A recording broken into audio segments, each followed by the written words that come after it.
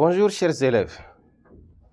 Dans cette séquence, nous allons vous présenter la partie physique du baccalauréat série D 2019 et précisément il s'agit de l'exercice numéro 1. Dans cet exercice, on nous donne un square de masse M égale à 80 kg, équipement compris, qui prend le départ sur une piste de descente rectiligne inclinée d'un angle alpha égal à 30 degrés par rapport à l'horizontale. À la première question, on nous demande de calculer l'accélération A1 du square lors de la descente de la piste. Et on nous signale que les frottements sont négligeables et que G égale à 9,8 mètres par seconde carré.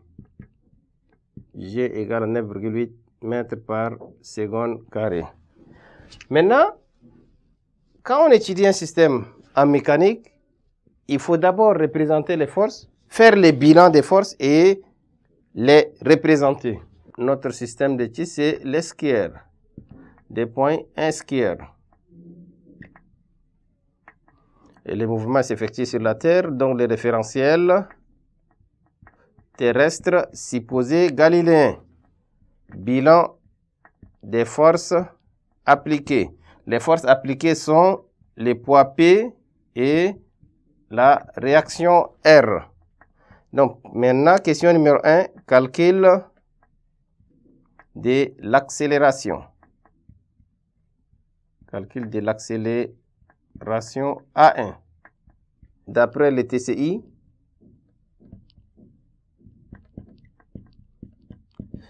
somme des forces extérieures égale à MA. Et il s'agit de MA1, somme des forces extérieures égale à MA1. Quelles sont les forces extérieures appliquées? Nous avons le poids P et la réaction R. Ça veut dire qu'on va avoir P plus R égale à MA1. Maintenant, pour avoir l'accélération A1, il faut projeter suivant l'axe des abscisses, c'est-à-dire suivant le sens du mouvement. On va avoir projection suivant x'. Ça veut dire on va avoir px plus rx égale à MA1x. Eh bien, maintenant, s'il s'agit de faire la projection, nous allons utiliser d'abord un repère d'axe OIJ. Maintenant, on doit prolonger d'abord cet axe qui représente l'axe des ordonnées. Mais nous, on veut la projection suivant l'axe des abscisses. La projection suivant l'axe des abscisses nous donne ceci. L'angle alpha, on peut l'avoir ici et l'autre par ici. L'origine du poids est ici. Donc, le poids Px sera dans ce sens. Voici Px. Donc, c'est le côté opposé à l'angle alpha. Comme c'est le côté opposé à l'angle alpha, nous allons utiliser sinus alpha égale côté opposé, ça fait Px, sur l'hypoténuse, c'est P. Et donc, on tire Px qui donne quoi? P sinus de l'angle alpha. Eh bien, on remplace ici Px par P sinus alpha. La réaction R est perpendiculaire à l'axe des X. Donc, le projeté donne 0, qui est égal à MA1. MA1x, c'est égal à MA1 tout simplement. Or, P égale à M fois G. Donc, ça veut dire on peut avoir ici mg sinus alpha égale à MA1. On simplifie le M, décidément A1 égale à G sinus alpha. Voici l'expression de l'accélération A1. Maintenant, on va faire l'application numérique. A1 égale G. A1 égale, G c'est égal à 9,8 fois sinus de 30 degrés. Sinus de 30 c'est 1,5, 9,8 divisé par 2 nous donne 4,9. Donc A1 égale à 4,9 mètres par seconde carrée. À la question numéro 2, on nous dit ceci. On suppose que l'esquire part avec une vitesse initiale V0 égale à 2 mètres par seconde. Calculez la vitesse V1 lorsqu'il a parcouru une distance de 25 mètres. Calcul de la distance. Plutôt de la vitesse V1. Calcul de la vitesse V1, sachant que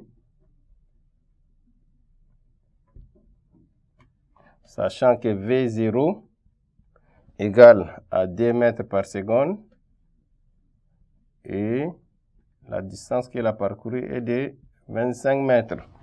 Sachant que V0 égale à 2 mètres par seconde et la distance parcourue est de 25 mètres. Nous allons utiliser le théorème de l'énergie cinétique entre deux états quelconques, c'est-à-dire entre les points O et un point 1 quelconque, c'est-à-dire tech des points. La variation de l'énergie cinétique égale à la somme des travaux des forces extérieures.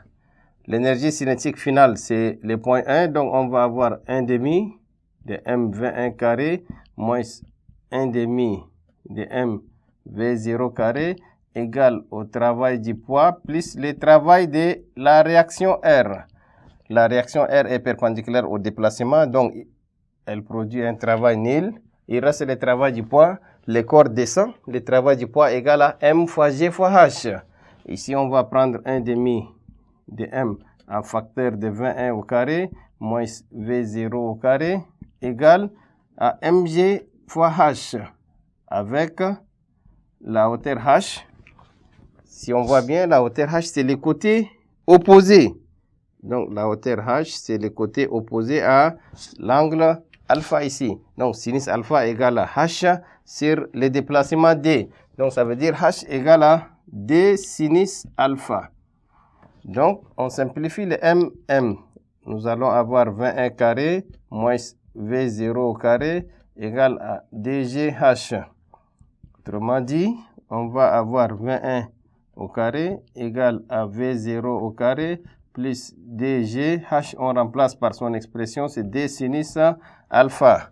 Donc, il vient que V1 égale à la racine carrée de V0 au carré plus DG D sinus alpha.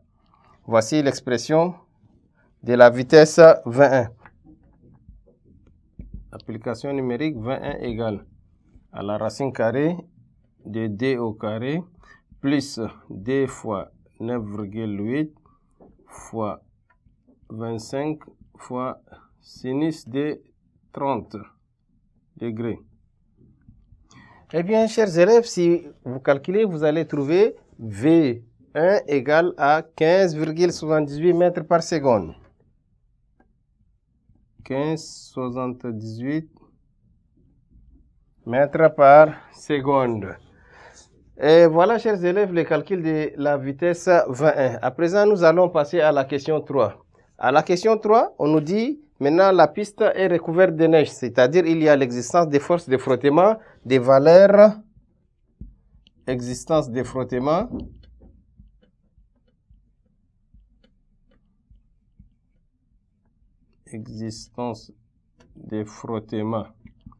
et la force de frottement a une valeur F égale à 90 newtons.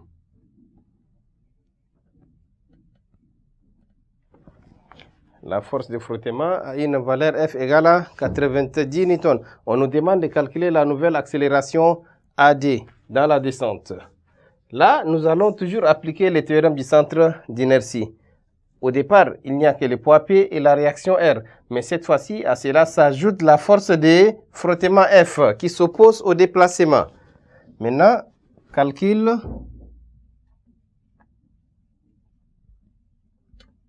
de la nouvelle accélération. Calcul de la nouvelle accélération AD. Calcul de la nouvelle accélération AD. Ici aussi, nous allons appliquer de la même manière, comme tout à l'heure, le théorème du centre d'inertie. Et donc, TCI.